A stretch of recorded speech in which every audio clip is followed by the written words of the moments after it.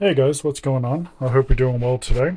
We're going to be doing a little bit of a different video today because I actually get asked this quite a bit. And the question that I get asked is, Rain, you play on Switch, you play a lot of Nightdive Studios games. How do we go and optimize them to get the best possible performance? This video is going to be going and covering that. So there are three variations of the Switch. You have the V1, original hardware, ran very, very hot and had a tendency to burn out a fair bit, and then it would also warp from all of the heat stress on the plastic in the frame.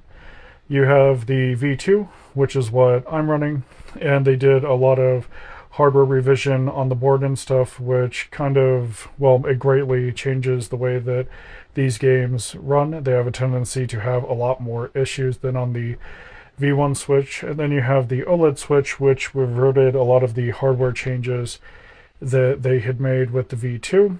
And then, of course, it has the bigger, brighter, more colorful OLED screen. And so, what we're going to be doing is this is going to be a guide for the V2 Switch. We're going to be talking about all of their games, going through them, and we are going to talk about what they do good, what they do bad, the various issues that they have, and whether or not you can mitigate most of these issues. So let's go ahead and get into it. We'll start off with Doom 1 and Doom 2. So with Doom 1 and Doom 2, I think there's not really anything that you have to do to it. They're very basic games. They don't really have a lot going on. I went ahead and played through both of them. They've gone through pretty extensive patching, and there's not a lot of issues that they have, which is actually really nice. So all of the settings that you're going to see carry over across all of these expansion packs and stuff and all these different WADs that we have at our disposal. So we're going to go ahead and we're going to start off with Doom, get it loaded up, and we're going to be going through the settings. Go down to options while it waits for everything to load. So we're going to go ahead and we're going to go down to display. So all of these will work. There's nothing wrong with it whatsoever. The resolution scale is fine. You can stick it in widescreen if you want. And then all of these settings will work on a 4K TV with no issues whatsoever. So I'm running this on a 4K Bravia 7. It still looks good, well, what I can see of it really. And I haven't really had any sort of issues with it.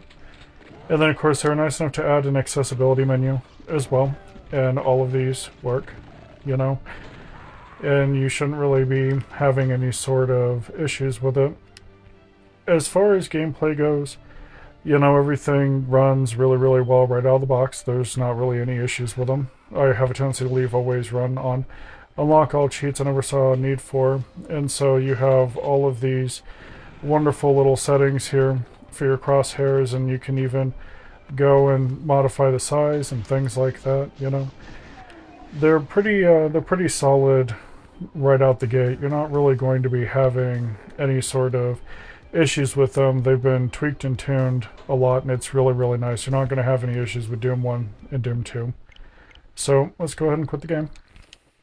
And we're going to head over to the library here. It's important to note that all of these games are also running off of a 2TB SanDisk SD card. And so they do have, some of them load a little bit slower because there's that bottleneck that the Switch has in general when it comes to its SD read speeds. So the games will load a little bit slower, but the bottleneck is being maxed out at that point. So let's go ahead and boot up Doom 64.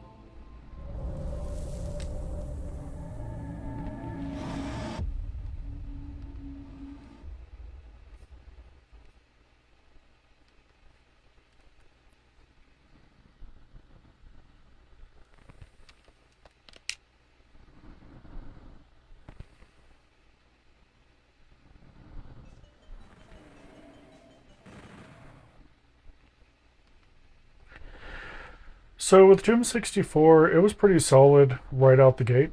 I had zero issues with it, and it requires very little work, quite literally. So let's go ahead and go down to display. And overall, you can't really see any sort of advanced menu options or anything. The one thing that does keep the game running really smoothly is turning off anti-aliasing. For some reason, anti-aliasing has a tendency to go and tank the game more towards the end of it. So when you go and you flick it off, it actually solves a lot of the issues and stuff. Of course, you have your FOV, your blood color. There's no real way to fix the darkness of the menu. I mean, when the monitor's calibrated correctly and things like that, this is just how it looks. It even looked like this a fair bit back on N64, so there's really no way around it. But if you're having problems with the game and you're running a V2 Switch and you find yourself heading towards the end of the game and stuff and you're struggling with it, if there's a good amount of enemies on the screen and you're just kind of going and struggling, flicking off anti-aliasing will remedy pretty much all the issues. Flicking off anti-aliasing on a V2 Switch also fixed a lot of the sound bugs that I was experiencing for some reason. And so aside from that, there's really just not anything else that you can really do with it, you know, so it's a very simple port. There's not really a lot to it or anything, so just go in, if you're running a V2, flick off anti-aliasing and be done with it.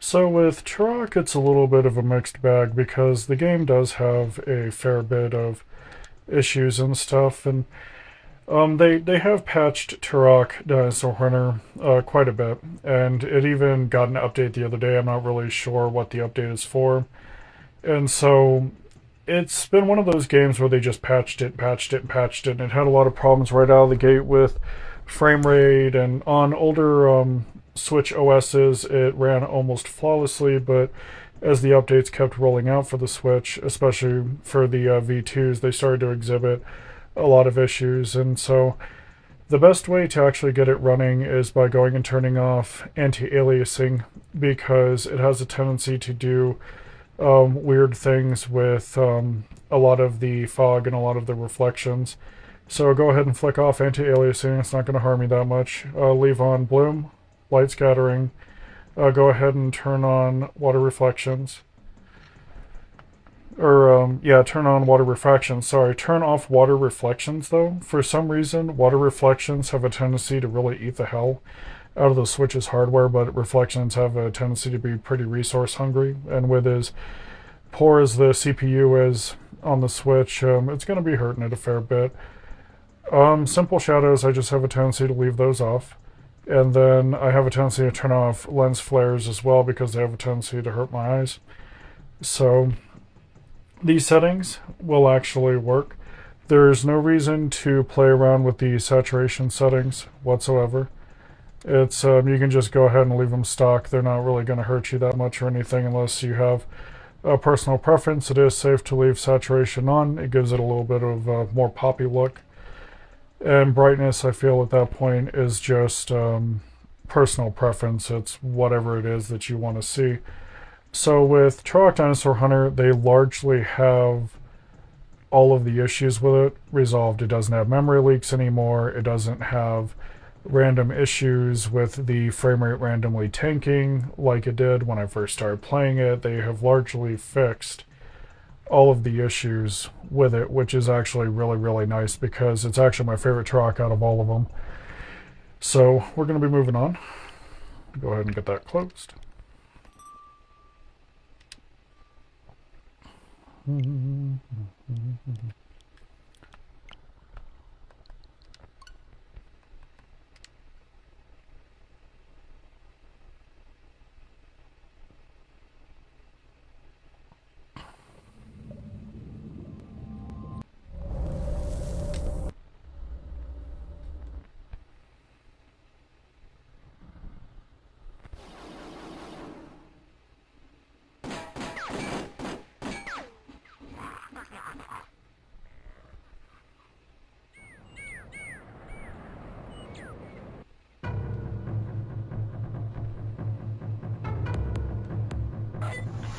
feel like with Turok 2, when it first came out, it was actually pretty flawless. It didn't really have any issues.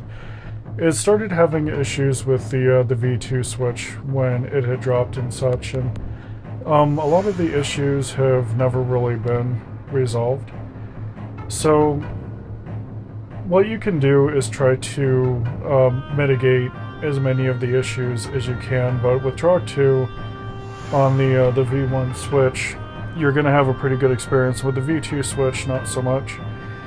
With the V2, it has audio issues. It also has a fair bit of frame stutter, and this is across a lot of the V2s. They have made an effort as time has gone on to go and remedy these issues, but Kex really just does not run well on the Switch. Apparently, these issues were also seen on Xbox One and PS4. And you're going to have a bad time with it if you have an Xbox One S. And even if you go and try to run it on a Series S, you're going to have problems with it there as well in terms of the various bugs with the audio and stuff. So for the graphic settings, I leave scene saturation off. Deferred decals off because deferred decals has a tendency to drop the frame rate. Deferred shadow maps and additive light maps have a tendency to tank the experience a little bit, especially when you start getting over towards the River of Souls and things get kind of dicey. It has a tendency to go and drop the frame rate from 60, and it starts to bounce around and dip as low as 40, sometimes 35, and it's one of those things where there really is no way, as far as I'm aware, to go and lock the frame rate. It's kind of like running uncapped and stuff. So the goal of Turok 2's settings is to get it running as smooth as possible, so your frame rate's not bouncing around, because it can, when things are uncapped, it can create a very choppy user experience, which is not what we want with a first-person shooter. So they've actually gone pretty far to go and adjust a lot of the issues and stuff, and so as far as everything goes, they've pretty much fixed all of it. So we have a long list of settings here, and most of these are actually safe. So for extended draw distance, it's not really going to hurt you at all. Player death cinematic is perfectly fine, ledge grabbing is fine, head bobbing is fine. There was a point in time where head bobbing would actually break the game. If you looked left and right, it kind of made your character have a seizure a little bit. The camera would shake really violently. And they've actually done a really, really good job going and fixing that. So all of these settings, for the most part, are okay. You're not really going to have any sort of issues.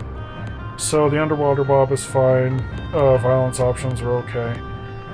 So fast warp between levels actually has a tendency to make the game crash. I do not recommend going and turning it on, because it will cause Kex to crash, it will throw an error, and it will send you to the Switch screen to go and try to boot that mess up again.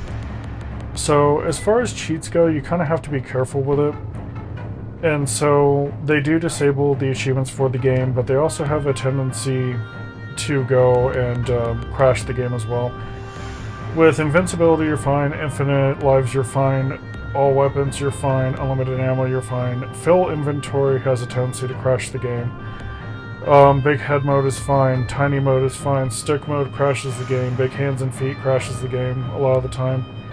Pen and ink mode, pretty much the rest of these options are fine. The warp for the Hive of the Mantids has a tendency, it's like a 50-50 chance of it just crashing outright. And so I don't really recommend, going and using that particular warp cheat.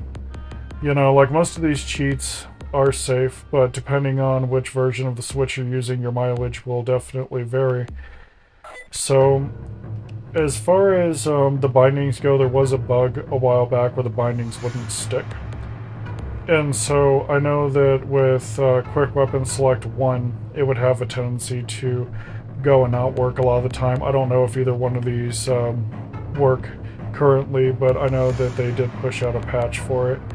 I know that push to talk is very, very hit and miss, and you kind of have to be careful with it, but since nobody's really playing multiplayer on this game at all, it's not like you're going to be really using it anytime soon.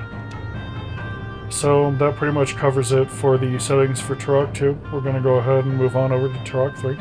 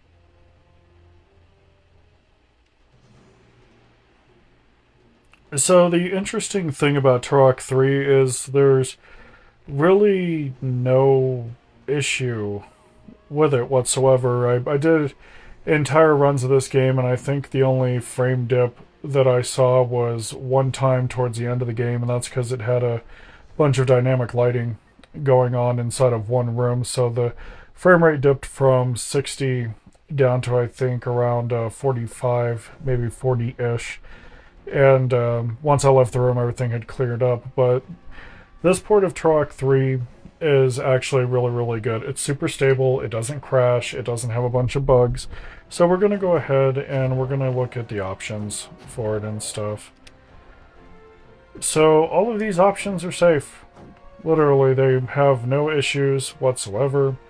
You're not going to have any sort of oddball crap going on. It works across all the switches. It runs flawlessly on the V2.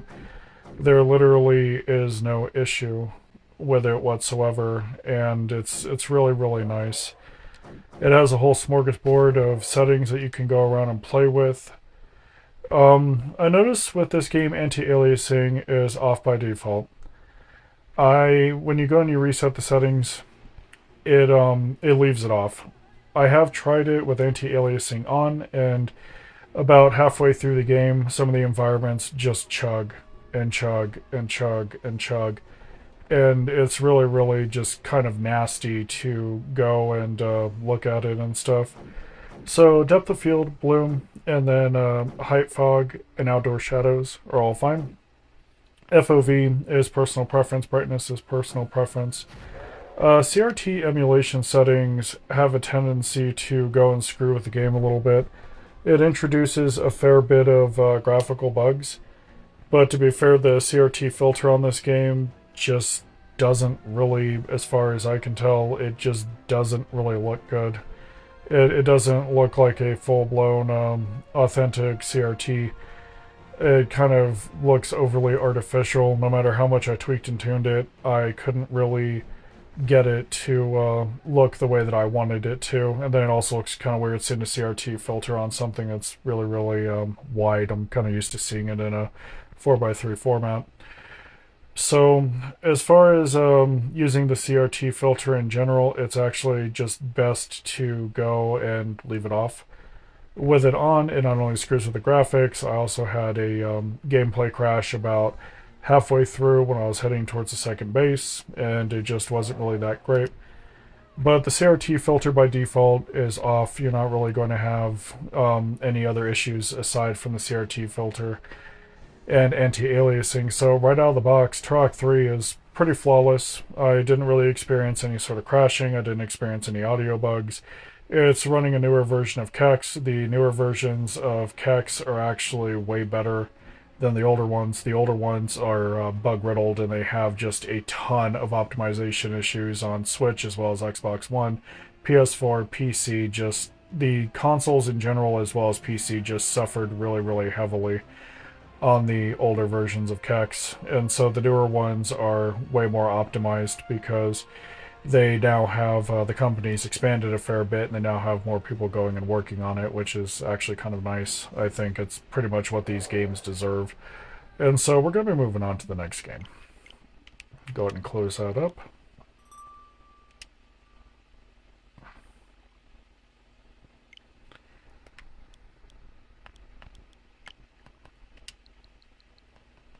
So with Quake, it has a ton of issues. Oh my god. I don't really know what they were thinking of with Quake, but Quake as well as Shadow Man both share the same version of Kex that they're using, and both of them have a tendency to run like dog shit on the V2 Switch. So I was really, really excited, I think, for Quake to be coming back. It had been a really long time. Personally, I think it's really weird how they wanted to actually go and use Kex for Quake, because the Quake engine is so universal that it literally will run on damn near anything. It's like all of the other id Tech engines, it'll just literally run on anything that you can think of. So with Quake, it actually has a lot of issues. I know that when I go and I run Quake, it'll randomly develop memory leaks. They've never patched this. It'll develop a memory leak, and it'll eventually chug down to about 4, maybe 5 frames a second, and then the game will crash. They've never really made any sort of, as far as I can tell, effort to go and patch it. I know that if I'm going and running footage and stuff, and I'm just playing the game, I know that if I tap the menu button for the Switch, and then I go into the menu and then go back to the game, it'll develop a frame stutter. This is also very, very prominent on Xbox One. I don't know if it ever got patched, and then it also has a tendency to happen on PS4 as well. So it really, I would have to say that this is not the best port for Quake. It's not. There are other ports of Quake that the modding community has made, and they function a lot better. They don't have issues. It kind of feels like Nightdive just said, oh, Quake, and then, didn't really kind of put their all into it, because it still has issues on PC, it has issues on all the consoles. It's very, very hit and miss. And it's weird because this came out on the anniversary of Quake, and so there's a bunch of extra options in here that you could try to tweak and tune to try to go and fix it, but it just doesn't really help it too much. It's kind of sad as well because it has a whole bunch of add-ons that you literally can go and get, and they've done like so much work to bring these add-ons over here, but the problem is the version of Kex that it's running on just tanks it. It tanks it entirely, and it's really, really odd, I think. So with Quake, all the expansion packs are here and stuff, and it should be a landmark achievement going in, bringing Quake to a modern audience, but it kind of crashed and burned, and you can see it on sale quite often. It hasn't really, a lot of the issues have gone unresolved with Quake. The multiplayer for it is largely dead. It has a whole slew of optimization issues across all the Switches. The V1 is the less severe out of all of them. It's mainly the OLED and the V2 that literally goes and gets hit super hard. So With Quake, it's not so much um, making it run as well as possible. It's also going and trying to keep it as stable as possible because it actually runs really poorly for the most part on Switch. I gave it one good playthrough and stuff, and that was pretty much it. I played everything one time, and the performance issues were so bad that I didn't really want to touch it afterwards. So the game itself will suffer from frame rate issues, audio bugs.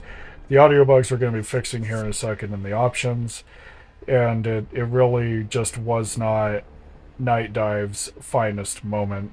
I mean, there's two ports of theirs that I absolutely loathed. I hated their port of Blood because it was done really, really poorly, and I don't even recommend touching it. It's kind of like their Black Eye. And then their other Black Eye I would have to say is Quake, because people across all the platforms have issues with it, and they've literally done next to nothing to try to remedy those issues. They kind of half-assed most of it. So we're going to go ahead and go into the options. So for the base gameplay options, pretty much everything here is okay. Nothing is going to crash the game or break it, and you're pretty much okay in that regard. Where shit starts hitting the fan is with display. So brightness is fine, pretty much all this is fine. I would turn texture smoothing off because it has a tendency to introduce frame rate issues later on. I would just turn it off, leave it off.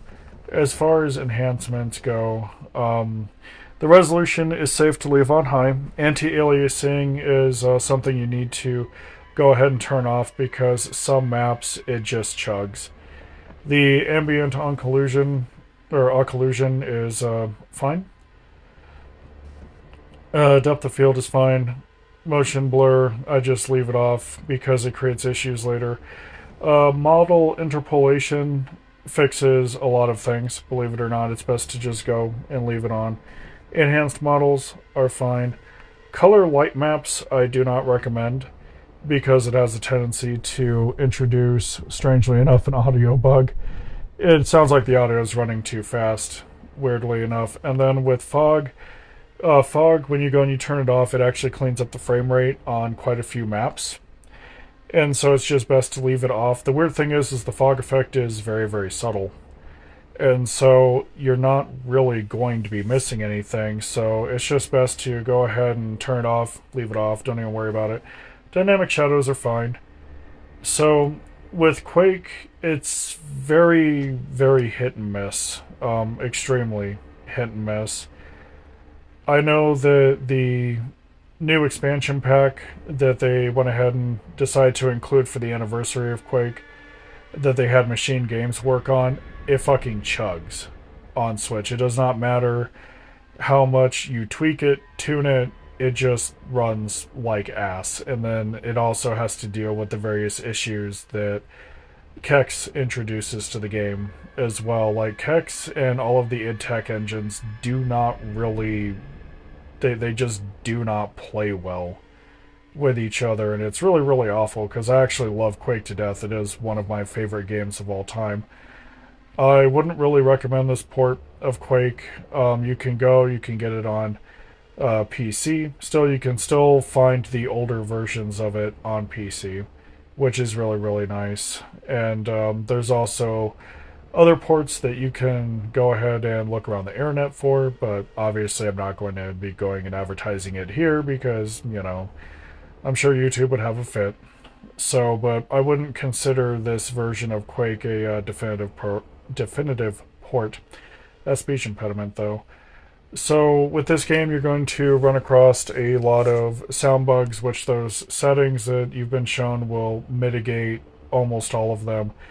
The random memory leaks have never been patched whatsoever. You're going to find yourself experiencing a lot of crashes. From what I understand, this is also a problem on the OLED as well. You know, you're going to struggle a fair bit with it. On the V1, they're still there, but they're not as prominent. But as far as I'm concerned, I think this port of Quake is, well, it's been botched. Like, it's not as good as their other work that they've done and stuff, so I would have to say go ahead and give it a pass. If you are running it on a V2, these settings will keep it about as stable as possible. It's not going to be groundbreaking, but it is going to clean up a good chunk of it. If it crashes, just go ahead and reboot the game. So let's go ahead and move on.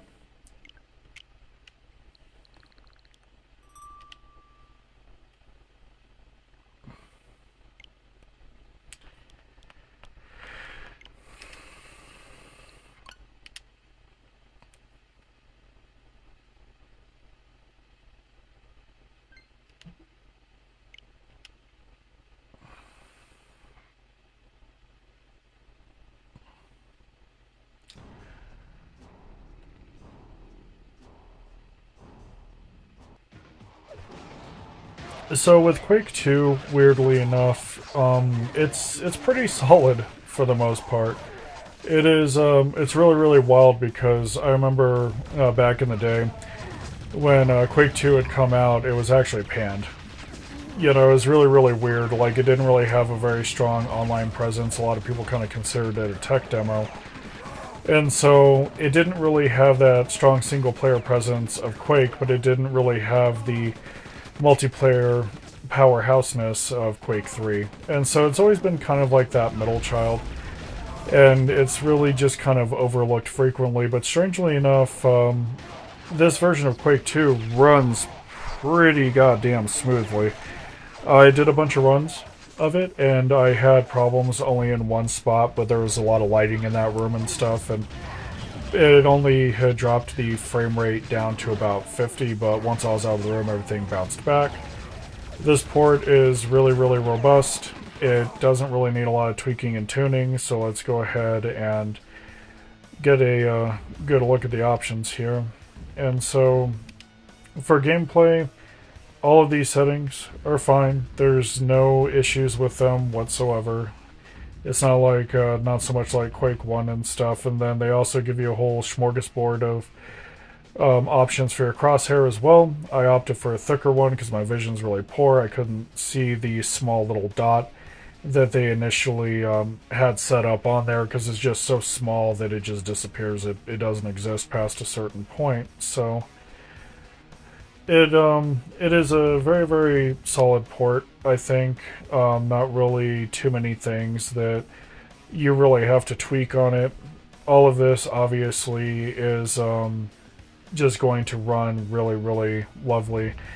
It's one of the few Nightdive ports on the Switch where you can turn on texture smoothing and it doesn't screw with crap, which is really nice. CRT simulation doesn't have a tendency to go and crash this game at all. I leave it off because it's just, again, it's not really done well. Depth of field is fine, bloom lighting is fine, enhanced models are great, muzzle flashes are great, color light maps are great. Square particles I've never really played with, so I'm not really too sure if it crashes anything or not. It's off by default. The fog is fine, the dynamic shadows are fine, the underwater warp is fine, just it's a really solid port. You can go and leave all these on. You're not going to have any issues. It runs fine on the V1. It runs great on the V2. It runs great on the OLED. You're not going to have any problems with it. So it's one of those games where you can just get up, play it, not have to really worry about it too much. Everything is here. It's just really nice. Multiplayer is dead, but you shouldn't have any issues just going, downloading the game, booting it up, running it, and then going from there. So, moving on. Go ahead and quit that.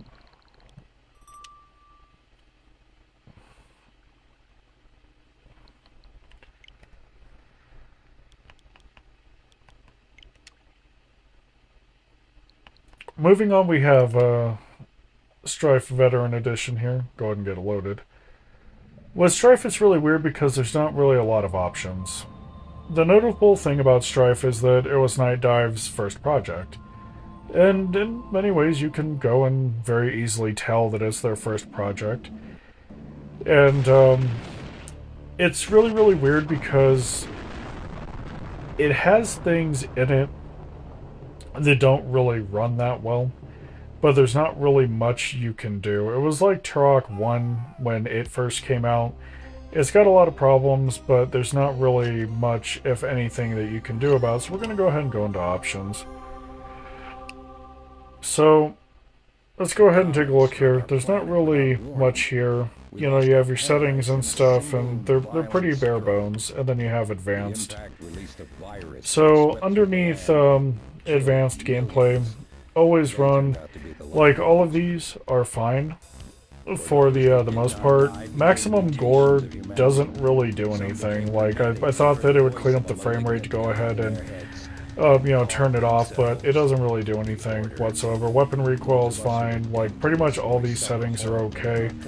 Going and messing around with any of them isn't really going to go and have an impact unless you go ahead and do classic mode. That actually introduces a bunch of bugs and stuff, and you know, but to be fair, it does advertise it. So going on from there, we have graphics, and there's not really much to it, in all honesty. The game still kind of, it has this weird kind of jutter, I think, on Switch. So, you know, textured auto map is fine, your field of view is okay, dynamic lights are fine, dynamic light type, toggling it between quality and fast doesn't really do much. Turning on light maps, decals, all of that stuff doesn't really do anything at all. It's a very stable port. I didn't really experience any sort of auditory issues like I typically see with the Kex engine. And the game itself appears to be running all the time at, like, I want to say around 23, 24 frames. It's just kind of got this really weird stutter to it. And it's really, really odd. I showed up to the party late with this game, so I'm not really sure how much patching it went through. But I would have to say, for a first attempt and stuff, it's still very much so playable. I haven't ran into really any crashes, I haven't ran into any game-stopping bugs, I just literally haven't had too many issues with it. So you shouldn't really have, with Strife, you shouldn't really have any sort of issue just jumping into the game, playing it, having a good time with it. If you're a fan of Deus Ex, you're most likely going to be a fan of Strife because it is a role-playing shooter and stuff. They did do a patch a while back to actually bring more art into the game for the story segments and stuff, and the artist that they brought in to go and work on the panels is absolutely wonderful, and I do recommend turning those on and leaving them on because they did a really, really good job with it. So let's go ahead and move on to the next game.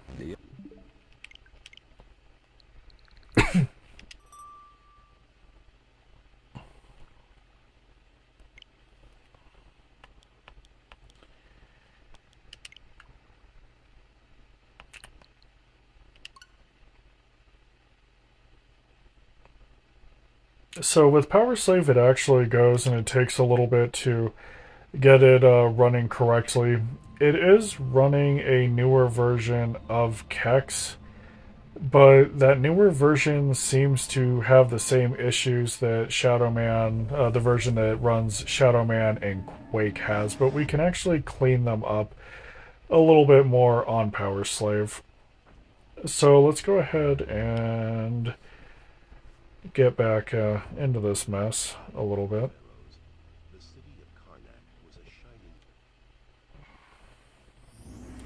So there's actually a lot of options that we can actually go and play with. So we'll go ahead and start with the game. Allowing checkpoints is fine. It doesn't really impact anything. The new overworld screen is nice as well. All these options are okay.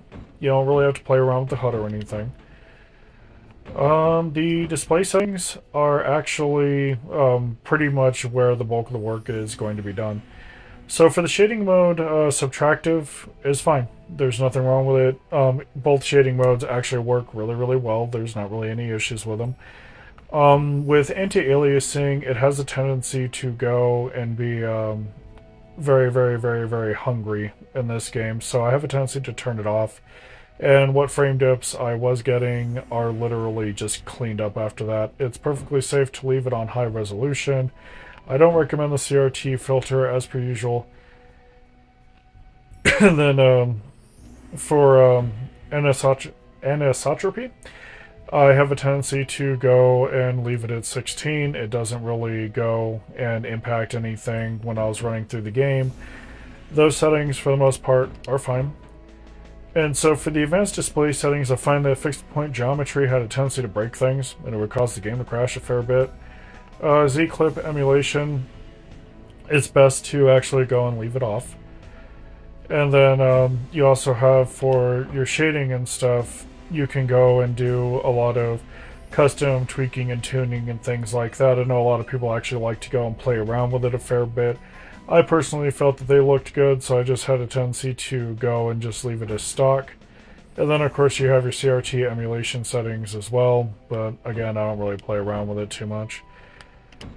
So for the audio settings, there really isn't anything here. There was actually a really weird bug a while back where, and I'm pretty sure they patched it, where if I went ahead and I lowered the total sound volume to anything beneath 40, I would get this weird kind of squirrely sound screech.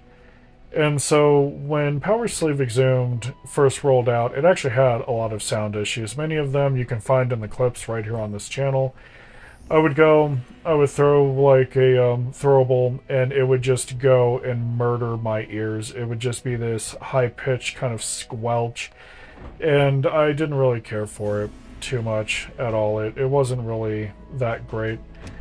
And so with the bindings, for the most part, they actually move okay. There was a bug on release where none of the bindings were actually set correctly, so there was a good chance if the bug had procced that you would have to go and re-download the game because you wouldn't be able to go and use the controller correctly and the bindings wouldn't stick.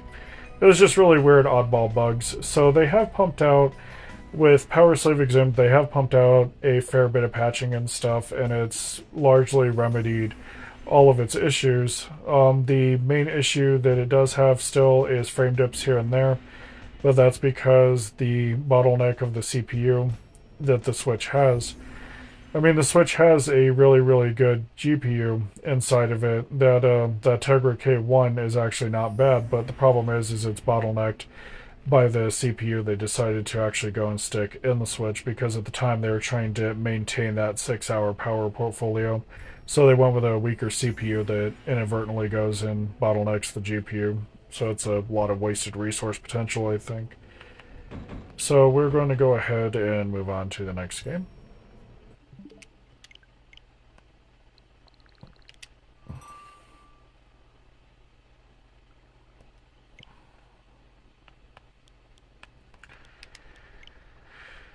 So for this next game, it's a bit weird. I wouldn't so much go as far as to call it a classic game, but it's an odd duck. It's worth noting that it's actually made in Unity. Unity has never really ran well on the Switch, so the goal of adjusting the settings on it is literally to go and just get it to an acceptable frame rate.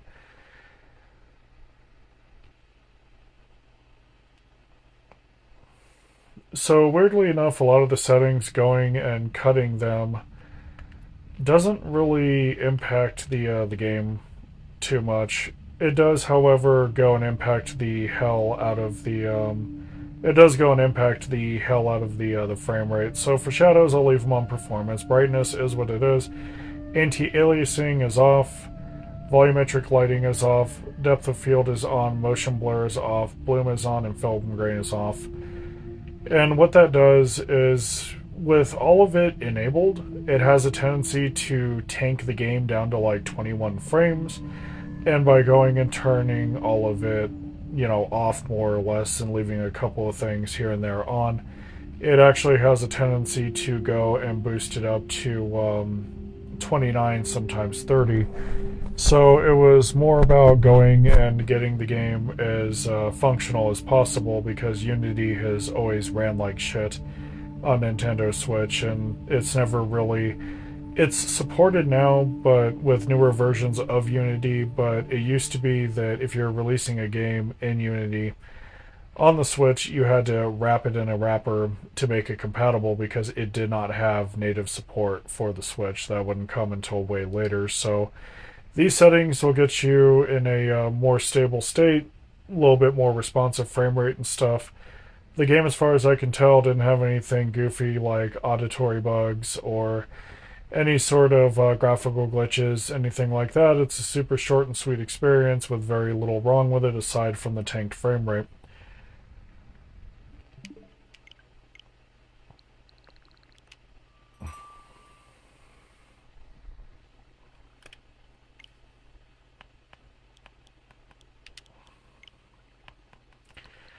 So Shadow Man, before we go ahead and get off this screen here, Shadow Man has a lot of issues on the V2. It has next to no issues on the OLED. It has some issues on the V1, but it really, really stupidly struggles with the V2. It has problems running off of an SD card.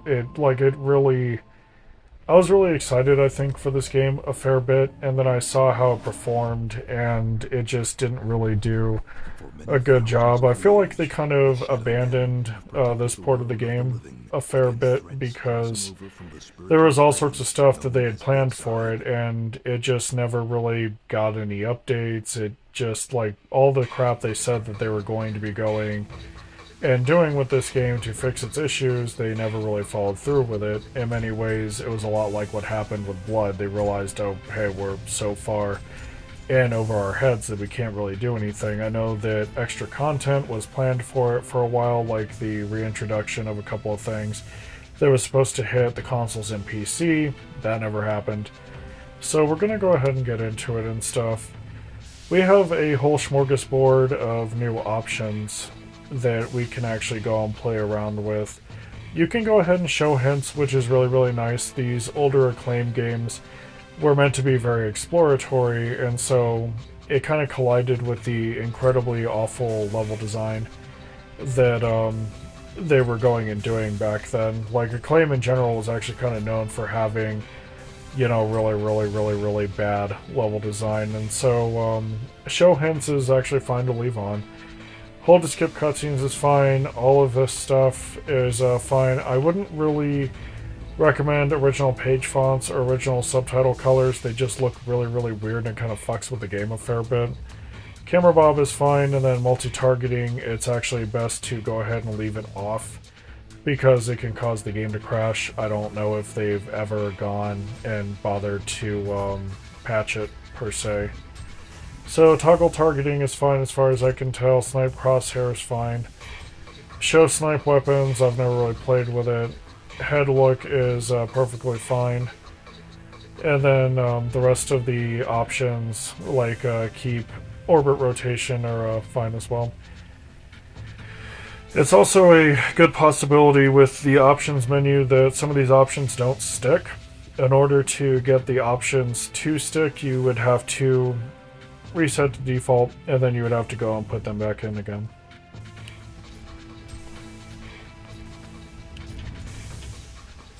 So here's where we really get into it. Shadow Man is kind of a bit of a bug-riddled mess and stuff. It's almost, in some regards, it's almost as bad as Quake. In other regards, it's substantially worse. A lot of the animations in this game are very, very janky, as you can see with the flame animations in the back and stuff that are on those flame vents. And so, it's best to just gut everything. There are some areas of the game that actually run so badly on the V2 Switch that you can't really make it through with anti-aliasing on or ambient occlusion. And so it's best to just go and leave it off. I know on the V1 it struggles a fair bit as well. For some reason the OLED actually goes and it lucks out better than the other two Switches.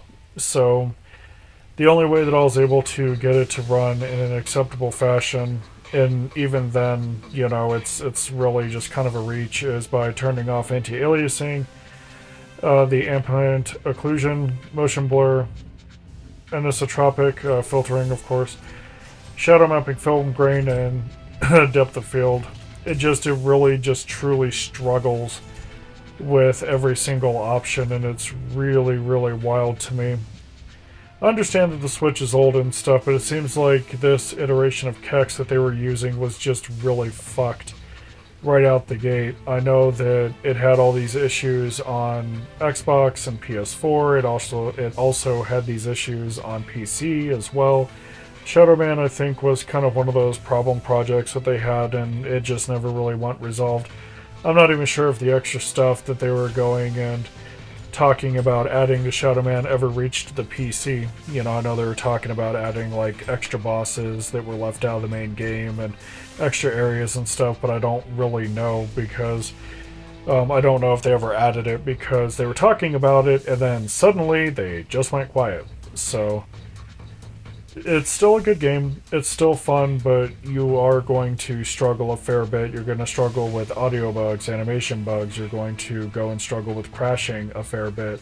You're going to struggle with, even though the game itself is relatively lightweight, you're going to struggle with every time it saves, it's going to give you a frame rate issue, which is really, really odd, you know. It doesn't matter what card you use. You know, it just doesn't like being ran off of an SD card, doesn't matter how fast it is. It doesn't even really like being ran off of the internal memory either. Like, even moving the game to the internal memory didn't really fix a lot of things. So you're going to struggle a fair bit with Shadow Man. It's kind of sad because it's an amazing game. You know, growing up, I played the fuck out of this game, but I think that they should have taken their time and just done it a little bit more justice because, yeah, while it was kind of a black sheep back then, it was an amazingly grand experience, and you know, it's definitely a hidden gem. So let's go ahead and get moving on.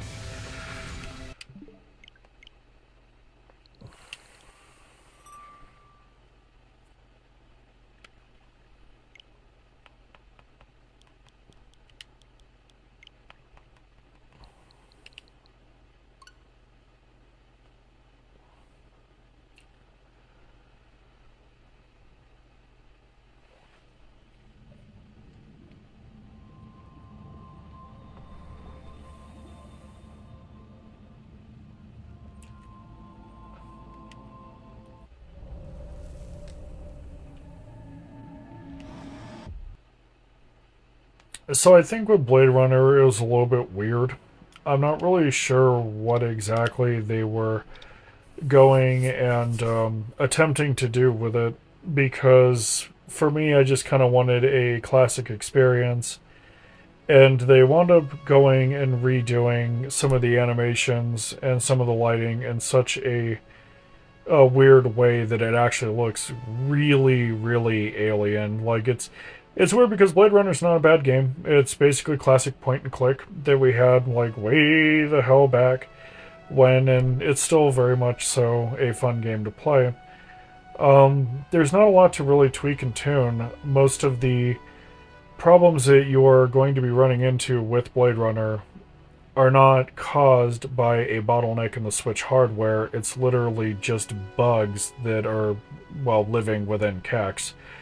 So I have a tendency to leave enable border on. For the graphics style, I have a tendency to go and use enhanced. The original ones are all screwed up. Literally, like, it just really kind of it's really bad. Like, the contrast is really messed up and everything else. And as far as I'm aware, this game never saw a patch on Switch. I could be wrong, but in the entire time that I've had this game, I've never seen it update. So just as far as the graphics go, don't mess around with the original at all. It looks like trash. It functions like trash. The animations, for some reason, are very, very juddery. I don't know why. So just leave it on enhanced. As far as the graphics filter goes, just leave it on anisotropic, and you shouldn't really have any sort of issues. Now for game options, display help is actually really, really nice. It's very, very useful. And then the rest is quite literally just personal preference. I know that there was a real huge problem with this game on PC. Like, the people that were going and playing it on PC just really weren't happy with any of it, and Nightdive had to go and walk back a bunch of issues with it and stuff. Like, they kind of had to eat it a little bit, which was really awful, but around this time they were going and just taking on project after project, and they were still a relatively small company, and they were starting to choke on the majority of their projects. So Blade Runner is very, very playable. I haven't ran into any sort of audio issues. I haven't really had any crashes. I did have a moment where it kind of hung for a minute.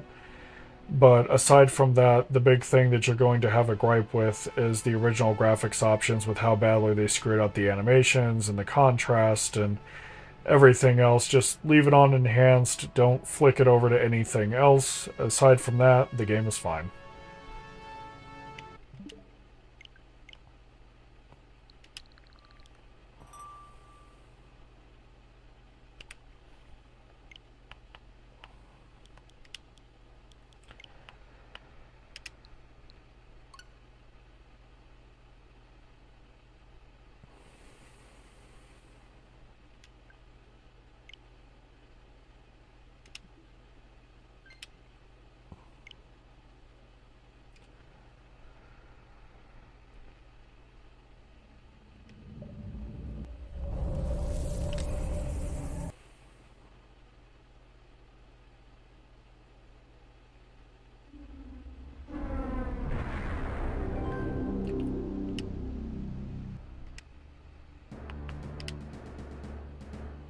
So with Star Wars Dark Forces, I think it's a little bit of an oddball thing because a lot of the issues with Dark Forces are not related to running on Kex. They're just things that were in the original game.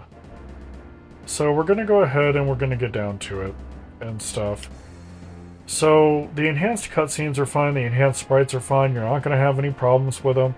They look substantially better, the animation is substantially better as well, and it's like a really, really nice nod. I don't recommend, for the render mode, I don't recommend sticking it on software. It has a tendency to develop really weird audio issues. I think I was like 3 hours into this game and I noticed like the audio started to sound very, very stringy and kind of whiny past a certain point, and then the game would actually go and crash. And so by moving it from software to hardware, I was able to do entire runs of the game with no issues whatsoever.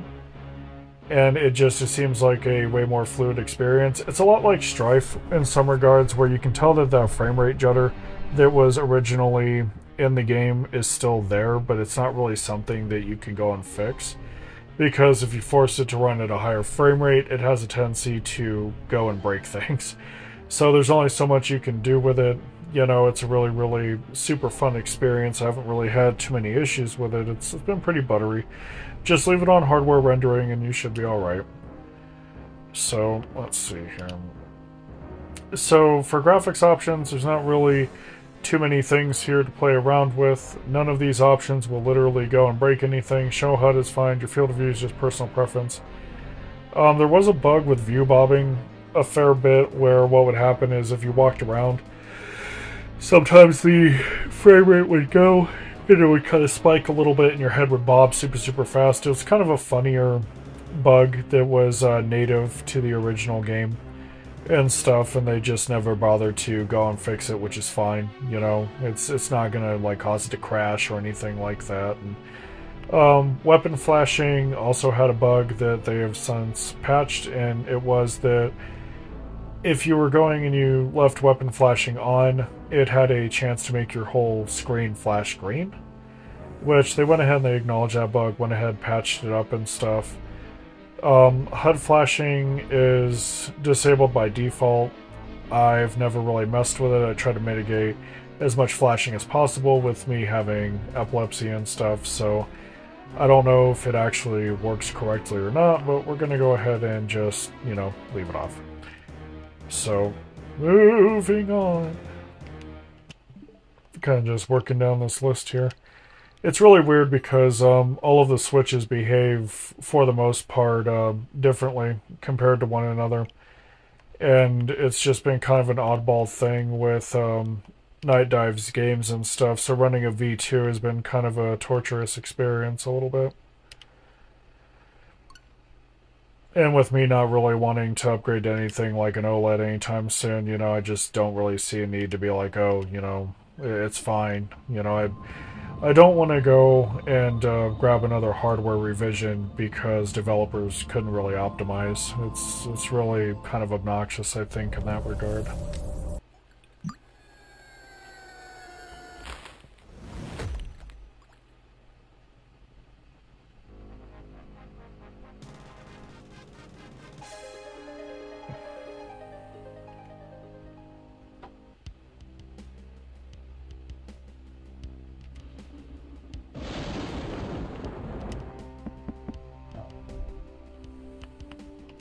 So for Rise of the Triad, you're not really going to have any issues with it. I went ahead, did complete runs of it and stuff, and I had no problems. All of these options work fine, you know. They're not going to create any sort of they're not going to create any sort of issues and stuff. I mean, it's just personal preference, I think, at this point. And then when you go down to graphics options, everything again works fine. Uncapped frame rate I actually recommend, because without it, the game has a tendency to chug here and there. And so with the uncapped frame rate, it keeps it flowing super buttery. It's truly a flawless experience. With diminishing light, it literally impacts nothing. With ludicrous lighting, it again impacts nothing. Floor and ceiling textures really just impacts nothing. It's a pretty flawless experience right off the bat. So with Rise of the Triad, you literally just go and you're like, okay, we're going to go ahead and, just play the game. No tweaking, no tuning, no bullshit, just literally nothing. We are just going to go and we're going to play the game, and you're not going to really have any issues with it. So you can just boot it, play it, and be happy with it, which is actually kind of rare, I think. But aside from that, there really isn't too many other options. They do have a multitude of different soundtracks that you can actually do. We've got the MIDI track with no issues. The 2013 reboot has no issues. OPL kind of works, kind of doesn't. It does have audio pop to it for some reason, but I notice it's only when you're going and pumping it through Dolby Digital. So, I would kind of use OPL selectively and stuff. But for me, where my heart's at is the MIDI soundtrack. I like it. Still sounds good all these years later. So for the combat options, it's important to know that voice chat doesn't always work. It really just doesn't always work whatsoever. The microphone option doesn't always work either. Neither does push to talk. I don't know if they ever patched it, but I know that I just kind of struggled with it, so I just kind of turned them off, left them off. Crossplay works swimmingly. And then show network stats works swimmingly as well. I just don't really see a need to go and have it on, per se. And then you have secret options, which you can literally go and enter a code here, and, it has a tendency to break the game kind of off and on, depending on what you punch in, so be careful with it, I think. So we're going to go ahead and move on.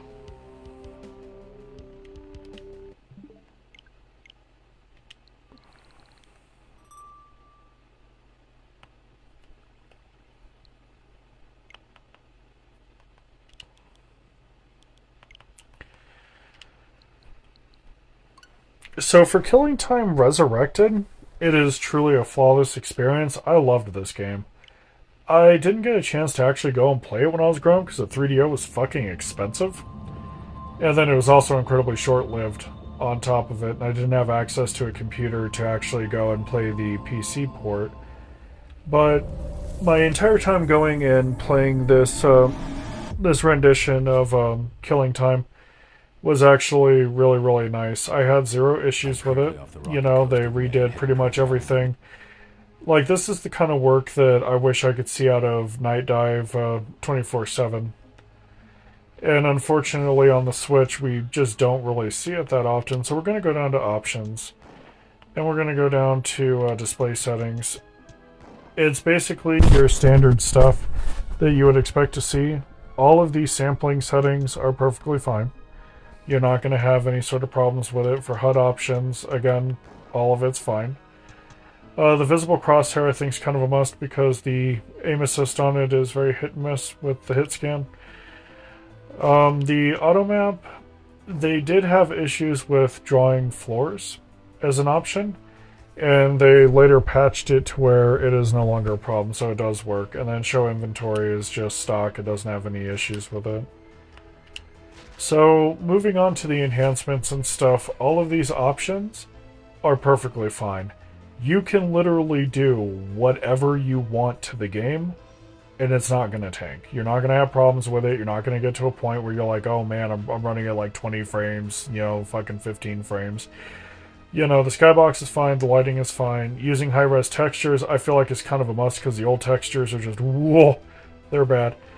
Use 3DO actors is actually kind of strange because for some reason, like when the game first came out, I'm pretty sure it's patched now, but if you actually had 3DO actors turned on, it would actually use the new actors that they went ahead and brought in instead of the old ones. So you'd have to turn 3DO actors off back then to actually go and get the classic cutscenes back.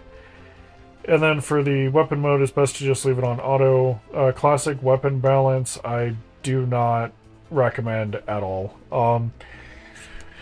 So with classic weapon balance, it mainly modifies a lot of the ammo economy and things like that, and rates of weapons pop up, and it was actually really, really bad. It was done very, very poorly, so it's best to actually just leave it off for the sake of just playing the game. So just turn it off, leave it off. It creates a way more fun experience. The bad drops is personal preference. Some like it, some don't. Basically what it is the possibility of you get a soul that actually goes and takes your health instead of giving you health. So if you don't like that, just go ahead and turn that shit off. It's not like it really impacts the game much. You know, I wasn't really going and sweating it. Auto aim, it's really weird, I think, because auto aim is very, very hit and miss. I have a tendency to go and leave the crosshair on because sometimes auto aim works, sometimes it doesn't. It's very, very strange with how it actually goes and chooses to proc, but, you know, just turn on the crosshair, do your best to aim, and whatever happens, happens, I guess. It's just one of the many quirks of this game. From what I understand, it was kind of broken on 3DO back in the day as well, so, you know, the aiming for the game has always been kind of squirrely, and I'm not even really sure if it's something they'd actually be able to fix. Auto change on pickup is just personal preference. You know, not a lot of bells, not a lot of whistles.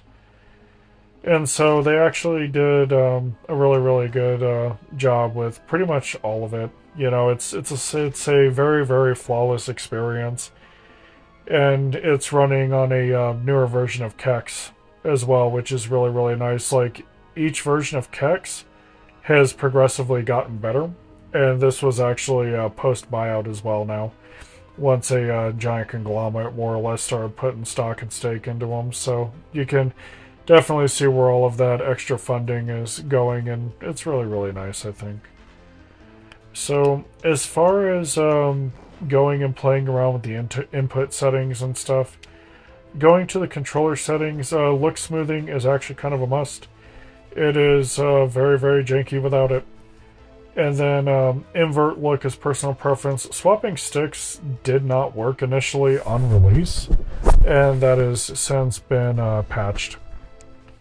There was also a point in time where if you went ahead and had the motion sensor turned on when the game first released, it would not work correctly at all, but it actually works now. It even works with inverted look. I just don't really care for it too much. And then they have options for like the turning style and the Joy-Con modes and everything else. But right out of the box, you know, the only thing that you may have to play around with is if you don't like gyroscopic aim, go ahead and turn that off in the menu. But everything else in this game runs flawlessly. You're not going to have any issues. It's a really amazing experience. They redrew a lot of the sprites, you know, they redid a lot of the cutscenes and stuff. It's just really what a remaster should be, I think. And I had such an amazing time with it. So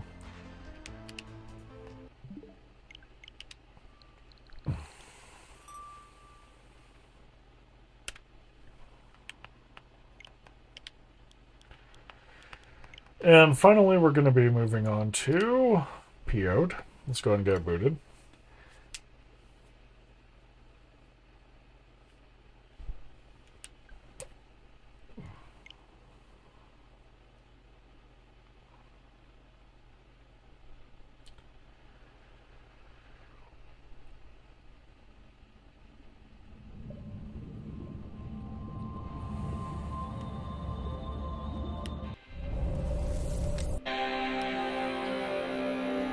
So, PO'd is a little bit weird, I think. It's really, really odd how they went about going and doing it, because it suffers from all of the issues that Strife has in terms of like frame rate and stuff. But aside from that, it's a very stable experience. It's a very, very goofy kind of game to play. You can get away with all these options with anti-aliasing and interpolation and everything else. You know, the game is going to run no matter what you do to it. And that is really, really, really, really nice. You know, you can just pick it up and play it. It's got a couple of quality of life things that you can go and play around with. All of these options are perfectly fine. They don't introduce bugs. They don't introduce any sort of crashing. The entire time that I played the game, I was able to run it stock. Just right out the gate and not have any sort of problems with it. So it was really, really lovely to just be able to pick up the game and play it a fair bit and not really have any sort of issues with it. So I don't really know if enabling classic cheats actually works or not. I know that when I had first picked up the game, before its first patch hit, I know that this option wouldn't even toggle. So it was really just kind of weird. View bobbing works, flammable monsters works. The jump bug fixes is actually a must. You do not want to go and run the game without it. You know, like it's just something that you have to have. And then no view rolling, it's best to leave it off. Auto tilting is best left on. And then everything else like auto level, missile cam, and photosensitivity, it's just best to leave those on as well. So, but with PO, you know, you can just go play it, have a good time with it and stuff. It's definitely a relic of the past. If you're easily offended, I don't recommend playing the game. And then, of course, it also has achievement support and, you know, things like that. But yeah, that pretty much wraps up getting all of Nightdive's games running about as well as they can on a V2 Switch. I'm not going to bother doing a guide for the V1 or the OLED, as I simply don't own them, and I don't really see a need to go and own multiples of the same console. It just seems really, really, really, really wasteful. So that pretty much, let's go ahead and quit it back to the menu. That pretty much goes and covers this particular video that I wanted to work on a fair bit. I'm sorry about that noise in the background. It was a notification on my phone because I forgot to go and silence it before I did this recording. So for all that wanted to go and tweak and tune, you know, your games on Nintendo Switch and try to get them running about as well as you can on a V2, here you go. This is what works for me. I would encourage everybody to go and play around with the settings, you know, figure out what works for you, because, you know, Lord knows that these probably aren't the end-all be-all, and I'm pretty sure that everybody's going to have their own little batch of fixes that work for them. So, with that thought in mind, I'm going to go ahead and wrap this. I greatly appreciate you guys coming out, and as per usual, by all means, please, be good to yourselves and each other. Take care.